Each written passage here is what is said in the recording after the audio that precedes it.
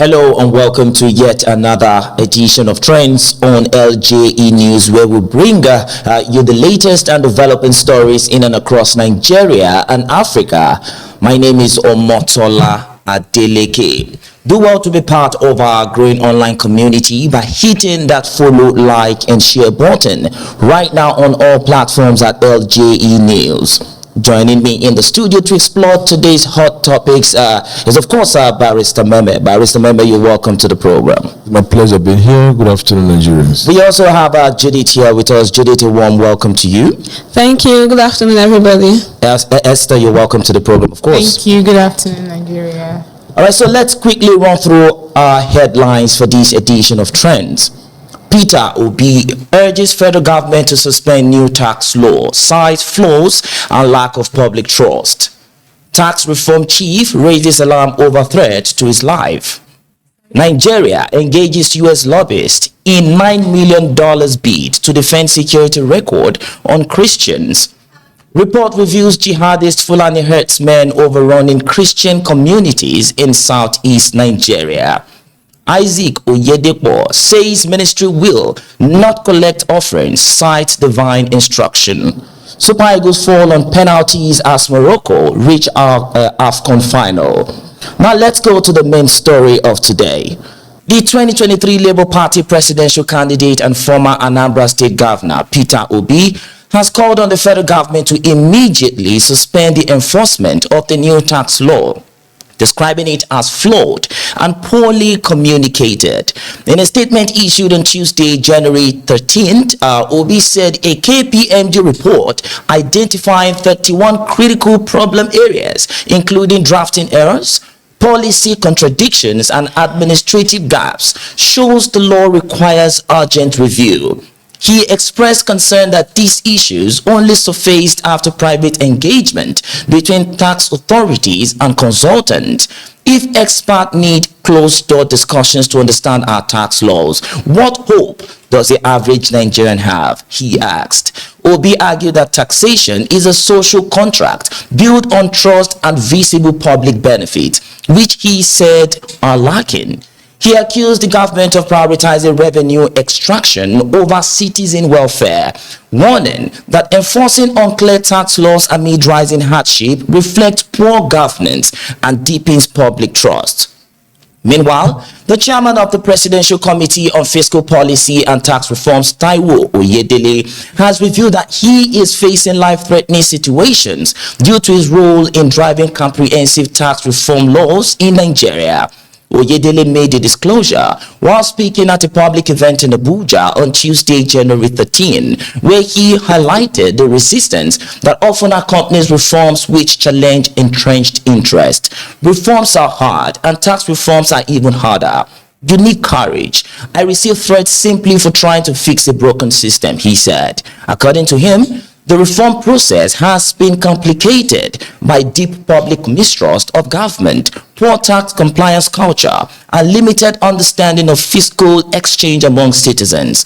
The federal government began enforcing the new tax regime on January 1, 2026, following the enactment of 4 key legislations: the Nigerian Tax Act 2025, Nigerian Tax Administration Act 2025, Nigeria Revenue Service Establishment Act 2025, and the Joint Revenue Board Establishment Act 2025. Also, the NRC chairman says the new tax law doesn't affect poor Nigerians. Now, this is what he said. Barrister Meme, I would want to ask these questions. Who are the poor Nigerians that the federal government are saying they won't tax, especially, under the new tax laws? Let's talk about the personal income tax, where they said, if you're making 800,000 naira annually or lesser, you're not going to be taxed under the personal income tax.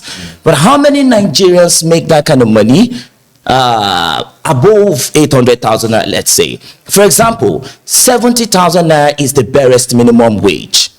If you're making 70,000 naira in a month, it therefore means you're making over 800,000 naira monthly.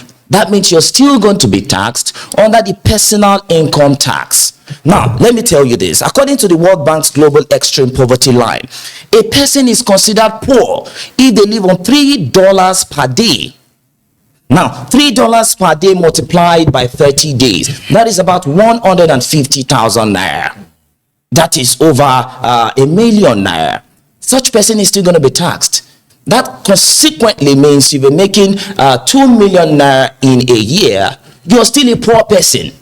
That is what the World Bank is saying. If you're making 2 million naira in a year, you're still a poor person. It therefore means everyone will probably be taxed. So who are these poor people? If the barest minimum wage is 70,000 naira, and that's like the poorest person receiving that amount of money, will still be taxed. So who is not going to be taxed? Who are these poor people that are not going to be taxed? Because I'm seeing everybody being taxed here, even under the personal income tax. So let me even just go straight to this first. Do you think this new tax reform laws, just like Peter will be saying, should it be suspended? There is no doubt about the call for the suspension.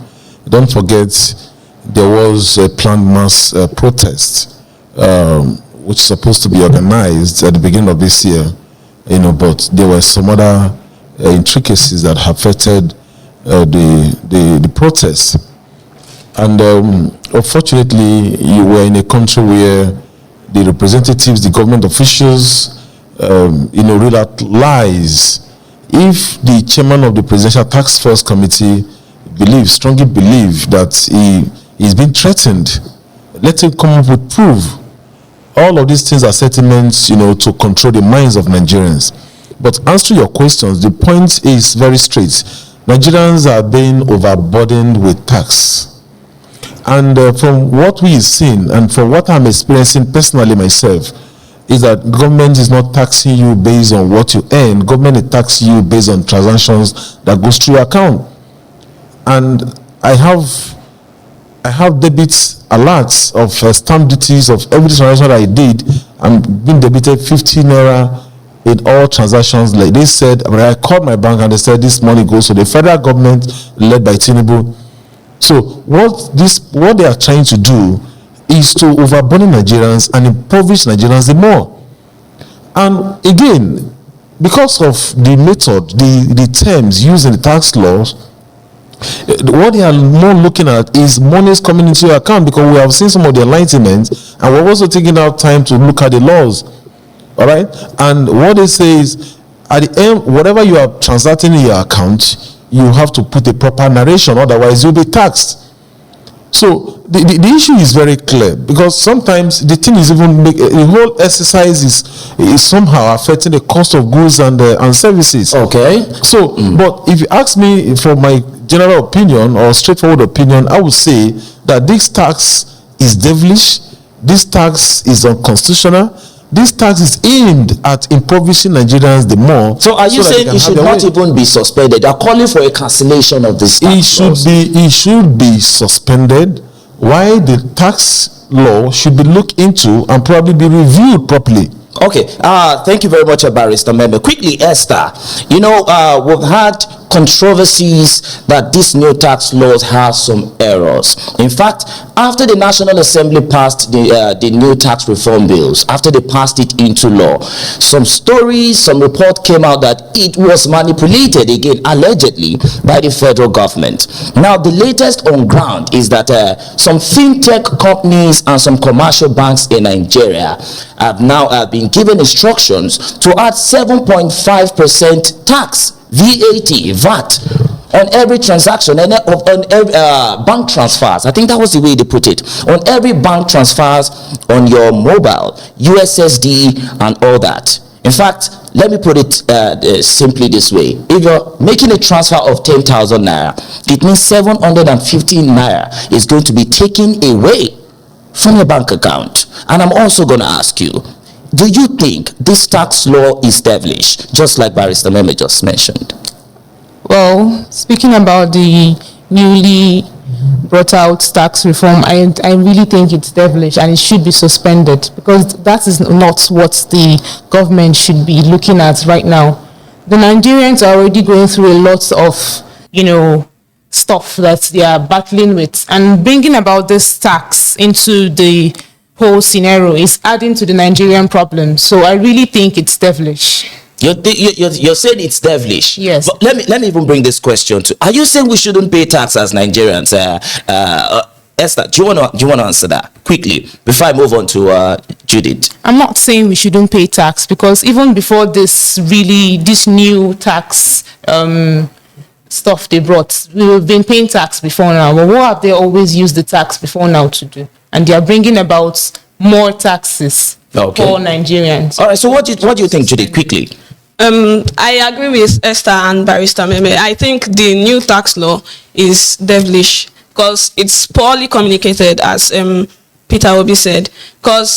And as Esther asked too, the taxes we've been paying, the pay-as-you-earn system that has been in place, what has the government been doing with the taxes that have been paid, and why are they asking for more when they have not properly communicated what the taxes are going to be used for? All right, thank you very much, Judith. The federal government is saying they are not asking for more, that as a matter of fact, it's going to benefit Nigerians the more. That's what they're saying. So we'll know further stories probably later as we go on. Fresh report by the International Society for Civil Liberties and the Rule of Law, aka Inter-Society, reveals that jihadist Fulani headsmen have expanded into at least 950 locations across Nigerian southeast, including Abia, Enugu, Anambra, and Ebonyi State, displacing Christian communities. Head of Inter-Society Emeka Umwegbalasi said the herdsmen used these areas for kidnapping, killings, and disappearances, noting that roughly 40% of 1,940 communities in the region now face banditry threats. He alleged that some state officials and traditional leaders conspire with the herdsmen. Since 2015, the number of Fulani occupied locations has surged from 10 to over 950, with Inter-Society reporting Christian-related killings in the region since then. He criticized security agencies for prioritizing cattle protection over human lives and lamented the silence of government and Christian leaders amid the ongoing atrocities. Federal government has reportedly hired a United States lobbying and public affairs firm in an alleged $9 million contract to present Nigerian security effort and response to violence affecting Christian communities to policymakers in Washington. According to report, document filed with the U.S. Department of Justice show that DCI Group, a Washington-based firm, was contracted on December 17, 2025 through Asta Legal, acting on behalf of the National Security Advisor Nuhu Ribadu. The 6-month agreement runs until June 30, 2026, with automatic renewal unless terminated. Financial disclosures indicate Nigeria has paid over $4.5 million upfront, with a monthly fee of $750,000. The engagement comes amid heightened U.S. scrutiny following claims of religious persecution, allegations Nigerian officials insist misrepresent a broader security crisis driven by terrorism and criminal violence. Judith, Nigeria has over 13 billion naira to give to lobbyists. That's what they are saying here. That's what that money translates to. About $9 million is about 13 billion naira in our currency. So we have that kind of money. Let me make it simple for you like this, or for the listener and the watcher, someone watching out there. This is like giving money to somebody so that this person, or to a company, so that this company can now tell lawmakers that please help us tell Washington, help us tell your government that we are protecting Christians. Take this money so that you can help us tell your government. That's what that is saying. First of all, let me ask you, do you think there's Christian genocide in Nigeria? Yes, definitely. Why do you think there's Christian genocide in Nigeria? Because in different parts of the country, we've heard news of herdsmen attacking churches, attacking people that are praying in churches. There was a video actually of the attack in one of the churches, of people running about and the herdsmen shooting at them. So yes, I think. Barrister, is there Christian genocide in Nigeria? The federal government are saying it's being misrepresented. Is there Christian genocide, or it's a collective thing affecting all religion, tribe, and all? Is there Christian genocide in Nigeria? Well, you don't need a soothsayer to tell you that there is Christian genocide in this country and there is a general genocide as well. But most importantly, if we do not address the issue of movement of cattle in Nigeria, Nigeria will be a country of past. That means Nigeria will come to an end by the continuous movement of cattle in Nigeria. What's real out today, right now going on in the southeast and other parts of this country, is as a result of movement of cattle from one place to another. And no other businessman or woman had been given that preferential treatment to move your cattle or your goods, destroying other people's livelihood, communities, farmlands, and what have you. And you are giving leverage to some certain criminals to move within the bushes of communities, to camp in those communities, thereby even knowing and understanding this community more than the owners of the community. But quickly, giving over 13 billion naira to the United States to help say, okay, there's no Christian genocide, we are protecting Christians. What does that translate to? Is it like they're trying to hide their failure or something? What does it translate to? This is a country of propaganda. I'm not surprised, because this is a country where you initiate reasonable conversation, the government will make provision for certain individuals to go counter the conversation. We have seen government mobilizing protesters to protest against protests.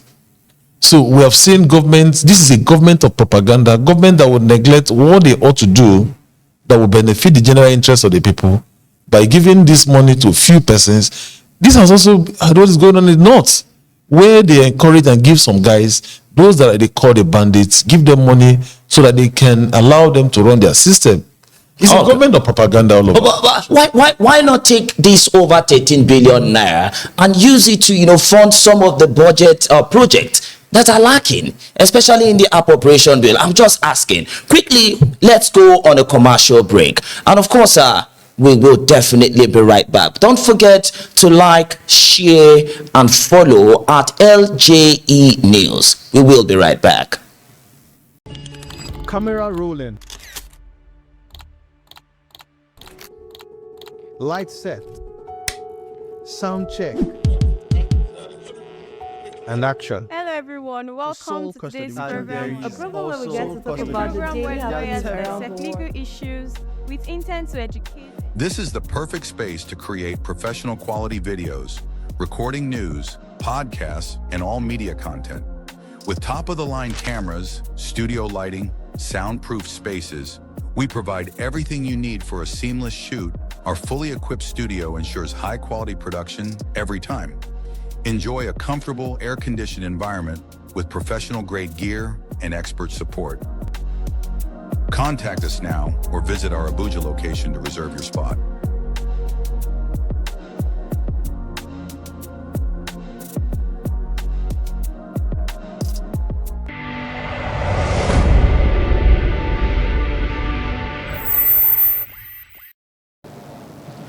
Welcome back.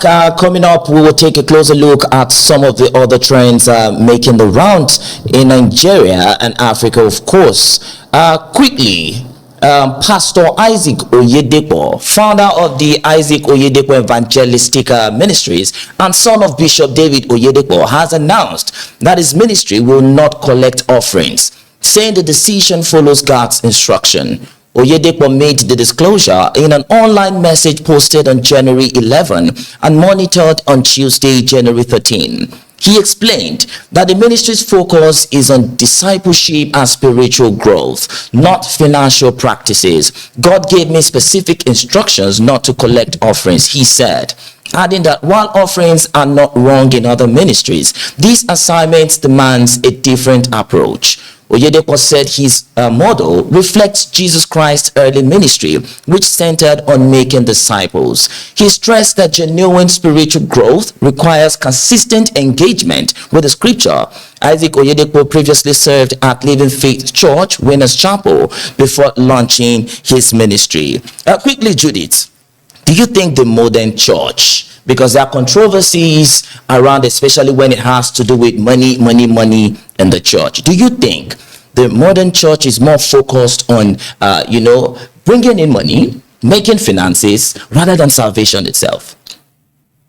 Yes, actually, I think so. Because a lot of churches, when you go for services, different services, they have different offerings for different purposes. Like they have the first offering, and then there's another special offering, and then there's another special offering to support the pastor and the disciples. And you can't help but wonder, what exactly are these offerings for? Because we have the first one, we have the second one. Why are you introducing a third and a fourth one? But Barrister, I don't know if I'm quoting what you just said. Is she saying the church or the modern church is extorting his members? Well, you could say that if for Christians who do not understand what Christianity is all about. And few minutes ago, we were talking about a tax system. We talk about 7.5% VAT, right? And other taxes, you're going to pay your house rents, and of course, the principle of the Christianity also require you need to pay 10% of your earnings as well. So, and your 10% offering is different from your 10% tithes is different from your offering. It's different from building offering. It's different from orphanage offering. It's different from other contributions, and plus the one that the government is also, targeting the citizens. And when you look at all of these things, you know that Africans are in trouble. But some social media analysts, especially those who want to react to church matters, will say receiving tithe is even wrong. Would you want to agree to that attestation?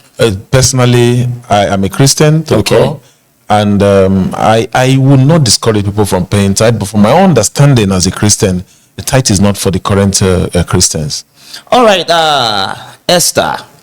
You've heard what some of our colleagues have said already. What do you think about this particular matter? Do you think the move by Isaac Oyedele is a good one, not collecting offering? Then how would the church move on? Don't you think the church need money in some other aspect, buildings and the rest of them? Okay, so I think this whole thing is about transparency and sincerity rather than accountability, right? So if it's an offering, there is no point in time where everybody is asked to give, but it's necessary you give as a Christian. But it's not necessary that you follow the different patterns of the tithes, the children offering, the orphanage offering, whatever offering. You need money to run whatever enterprise it's church, businesses, whatever. So if he is saying that the Spirit asked him not to receive offerings from the church members, that's his own. That's his. And if those ones that are saying they will receive offerings, it's also theirs, and you feel it's also cool. I think it works like that. All right. Let's move on quickly. Nigerian Super Eagles were eliminated from the 2025 Africa Cup of Nations on Wednesday after a 4-2 penalty shootout defeat to host nation Morocco, following a tense 0-0 draw after 120 minutes at the Prince Moulay Abdallah Stadium.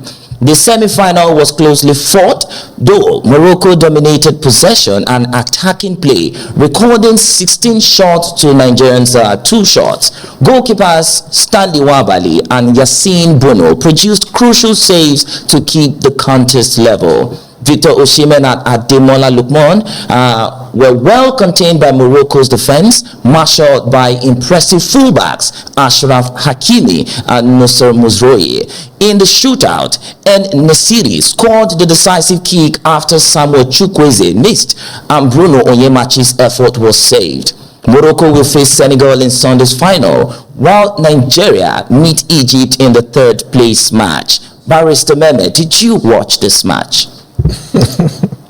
The other time, I wouldn't forget what you said. You said you don't want to have heart attack, that you really watch, a Super Eagles match. But this one, I don't know. Did you just decide, let me watch this match? Honestly, I didn't want to take the risk.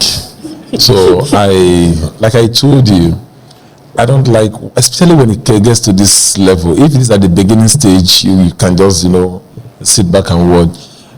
Fortunately, yesterday night, I was very tired, so I decided to rest as early as possible. I didn't have the opportunity of probably sitting out and watch with friends. But not that I should deliberately go and sit down to watch Nigerians match. I don't want to just add more problems to what we're currently facing as a people. Oh, all right. All right. Thank you very much, Barrister. Ma'am, I believe that I don't think the ladies watched the match. That's Did what you watch the match? beside that, Okay. I'm not a football fan. Okay. And I'm happy that I'm not a football fan. Esther, did you watch the match? No, I did. How about you, Judith? Okay. By the way, let's. So did you watch? I did, of course. I was disappointed at the point, but The time when you survived. it has happened. It has happened. Because I didn't have a heart something attack. happened last year. One of my leader from my local government died while watching Nigerian match. All right. It's very risky, you know. All right. So thank you very much, Barrister Meme. Thank you for coming around today. Thank you so much. Pleasure, thank you. Yeah, Esther, thank you, of course, for your insight. For your contributions, Judy, thank you so much. Thank you. All right, thank you to the listener out there, of course, and the viewer, to all of you. Make sure to follow, like, and share at LJE News on all social media platforms to stay in the loop and join the conversation ahead of our next show. My name is Omotola Adeleke. See you next time. Bye for now.